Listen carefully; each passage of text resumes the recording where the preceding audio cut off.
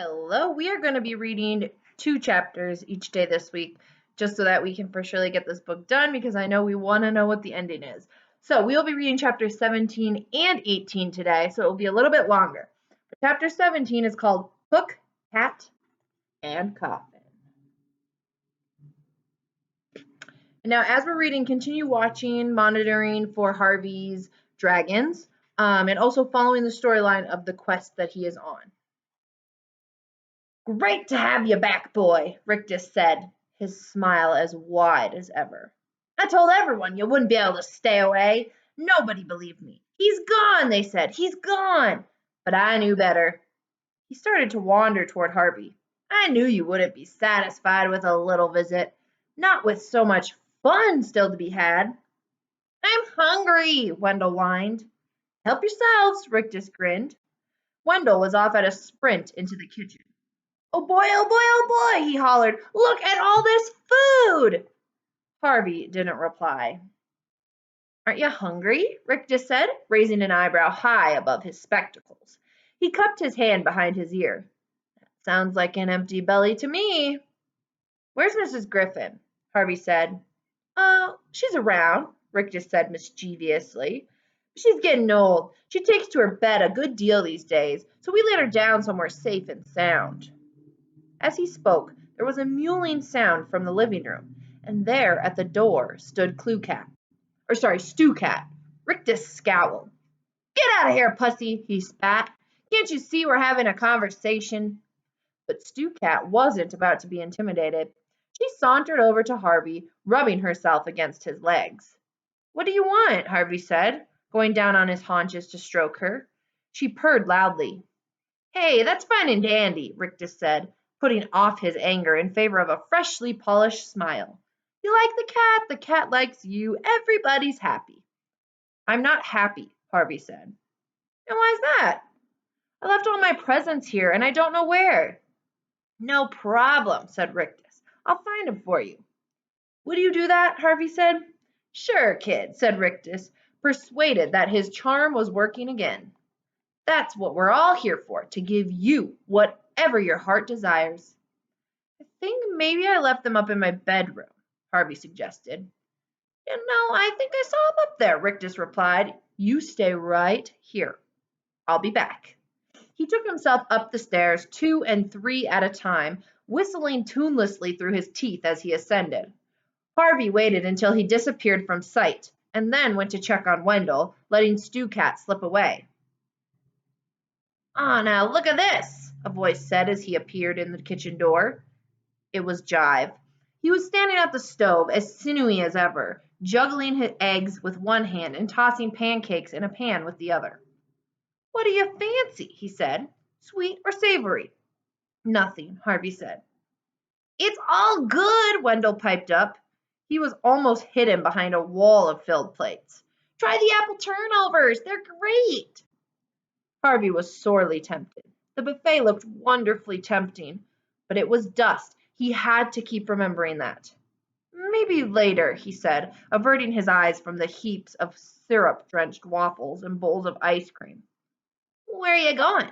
Jive wanted to know. Mr. Rictus is finding a few presents for me, Harvey said. Jive smiled with satisfaction. So you're getting back into the swing of things, kiddo, he said. Good for you. I've missed being here, Harvey replied.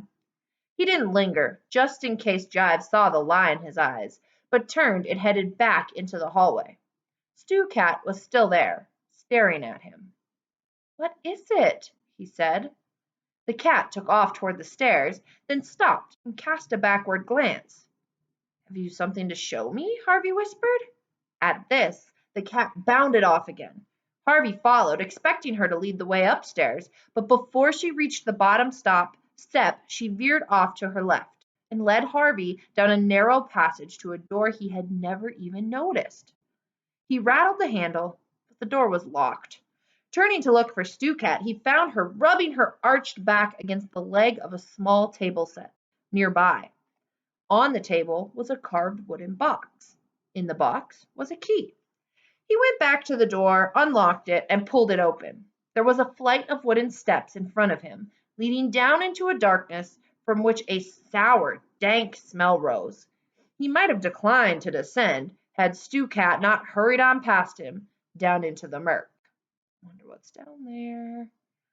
With his fingers trailing on the damp walls to the left and right of him, he followed Stew Cat to the bottom of the flight, counting the steps as he went.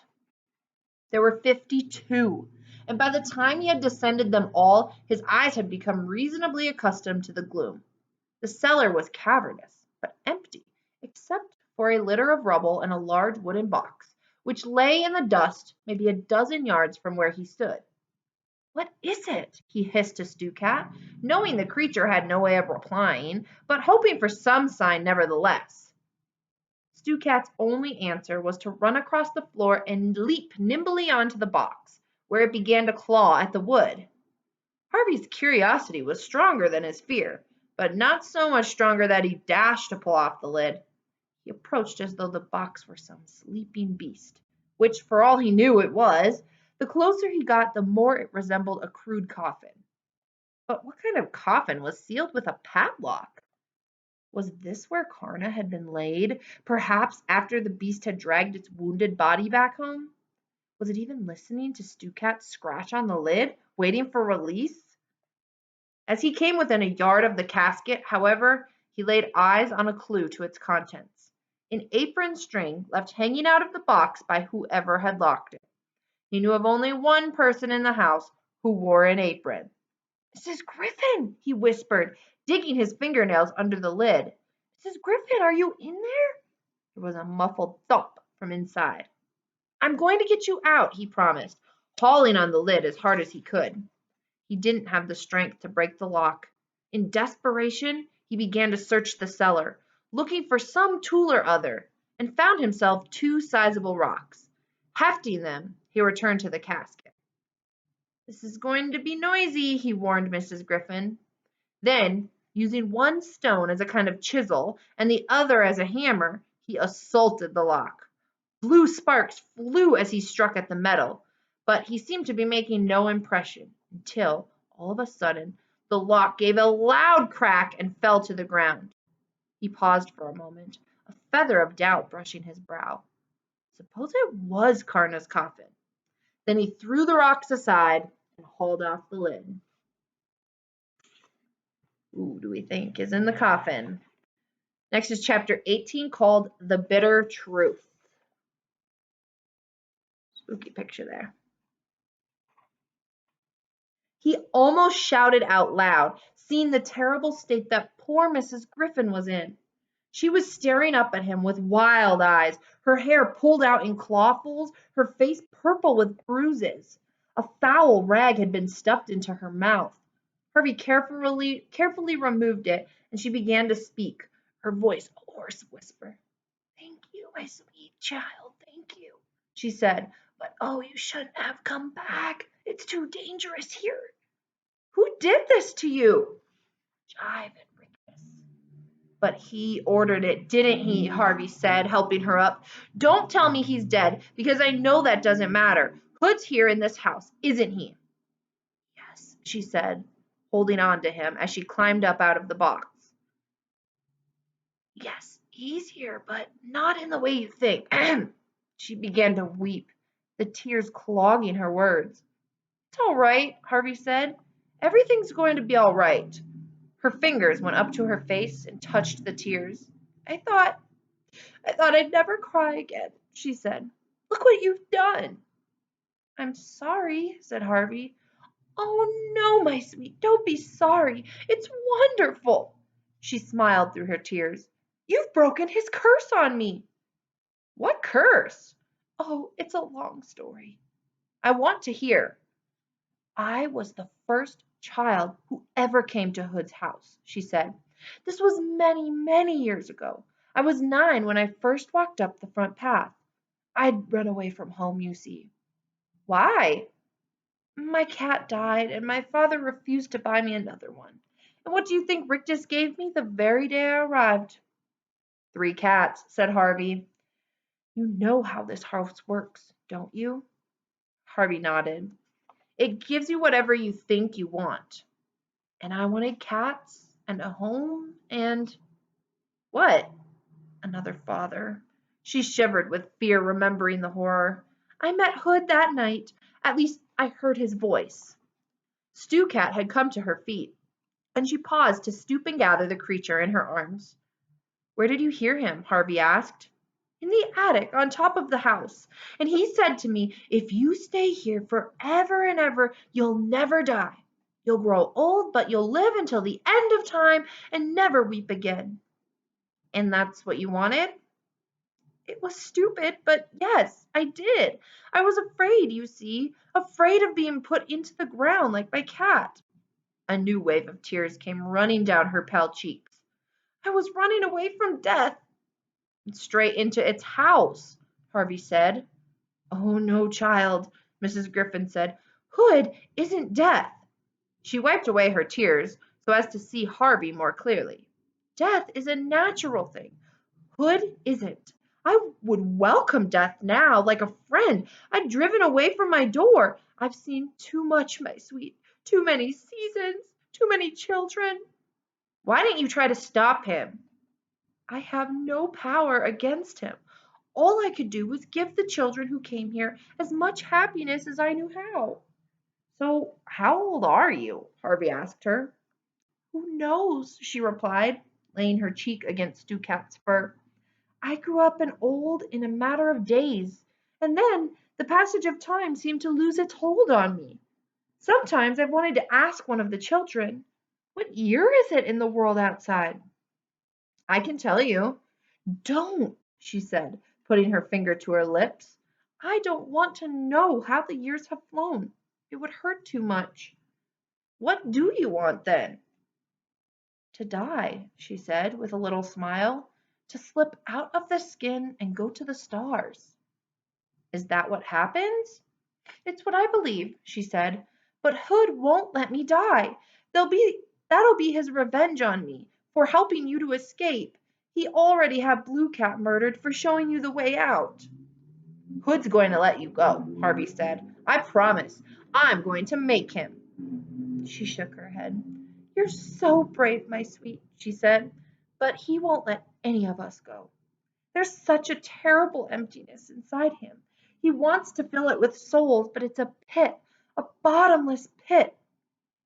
And you're both heading for it, said an oily voice. The speaker was Mar. She was oozing down the stairs.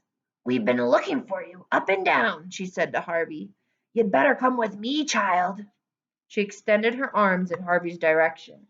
He remembered all too well her transforming touch. Come, come, she said. I might still get you out of trouble if you let me make something humble out of you. He likes humble things, does Mr. Hood. Fleas, worms, scabby dogs. Come to me, child, quickly. Harvey looked around the cellar. There were no other ways out. If he was to get Mrs. Griffin up into the sun, it had to be by the way of the stairs, and Mar was standing in front of them. He took a step in her direction. She smiled toothlessly. Good, child, good, she said. Don't, Mrs. Griffin said. She'll hurt you. Hush, woman, Mar said. We're going to have to nail that lid down next time. Her greasy green eyes swiveled back in Harvey's direction. He knows what's good for him, don't you, boy? Harvey didn't reply. He simply kept walking toward Mar, whose fingers seemed to be growing like a snail's horn, reaching out to fix upon his face. You've been such an obedient boy, Mar went on. Maybe I won't turn you into a worm after all. What would you like to be? Tell me what's in your heart. Never mind my heart, Harvey said, reaching out toward Mar. What about yours? A puzzled look came over Mar's face. Mine, she said. Yes, said Harvey. What do you dream of being? I never dream, she said defiantly. You should try it, Harvey told her. If you can change me into a worm or a bat, what could you do for yourself? The defiance on her face became bafflement, and the bafflement turned into panic. Her outstretched fingers began to retreat into themselves. Harvey reached for them like lightning, however, interweaving his fingers with hers. What do you want to be? He said to her. Think. She started to struggle, and he felt her magic surging through her fingers into his, attempting to work some change on him. He didn't want to be a vampire bat anymore, and he certainly didn't want to be a worm. He was quite happy to be himself. The magic, therefore, had no hold on him.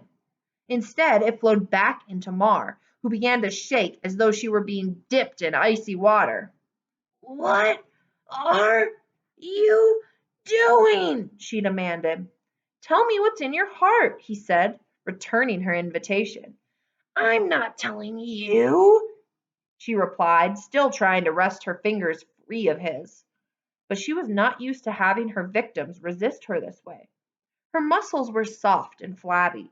She pulled and pulled, but she couldn't escape him. "Leave me alone," she said. "If you harm me, Mr. Hood will have your head." "I'm not harming you," Harvey replied. "I'm just letting you have your dreams, the way you let me have mine." "I don't want them," she yelled, struggling more than ever. He wouldn't let her go. Instead, he drew closer to her as if to wrap her up in his arms. She started to spit at him, great globs of slime, but he wiped them from his face and kept approaching her. "No," she began to murmur. "No." But she couldn't keep the magic she'd intended for him from working on her own skin and bones. Her fat face began to soften and run like melting wax. Her body sagged in its ragged coat, and her greenish gruel began to pour out onto the floor. "Oh," she sobbed, "you damnable child!" What dream was this, Harvey wondered, that was turning Mar to mush? She was growing smaller all the time, her clothes dropping off her body as she shrank, her voice becoming thin. It could only be moments before she disappeared altogether. "What do you dream about?" Harvey said as Mar's fingers ran away between his own like brackish water. "I dream of nothing," Mar replied, her eyes sinking back into her disintegrating skull. "And that's what I've become." She was almost lost in the folds of her clothes. "Nothing," she said again. She was no more than a dirty puddle now, a puddle with a fading voice. "Nothing." Then she was gone, devoured by her own magic. "You did it!" Mrs. Griffin said. "Child, you did it!" "One down, 3 to go," Harvey said. 3? Rictus, Jive, and Hood himself. "You're forgetting Karna." "Is it still alive?" Mrs. Griffin nodded. "I'm afraid I've heard its shrieks every night. It wants revenge."